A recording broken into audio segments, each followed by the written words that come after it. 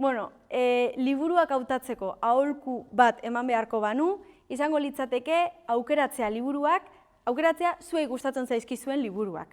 Azkenean zuei gustatzen zaizkizuen liburuak eskainiz gero, askoz ere erresagoa izango da beraiei ere gustatzea eta beraiek ere ondo pasatzea liburu horiek irakurriz.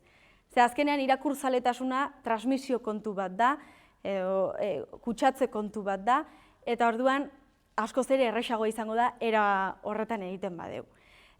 Bueno, askotan erreparatzen diogu liburuak hautatzerako garaian gaiari edo zer dan kontatzen dan horri, kontatzen dan gai horri, eta askotan ez diogu erreparatzen nola dagoen kontatuta, ez? Eta azken finean liburuak gustagarri egiten zaizkigu kontatuta dauden moduagatik. Orduan, bueno, erreparatu diezaiokegu ere beste alderdi honi. Eta hoxe izango litzateke nire aholkua.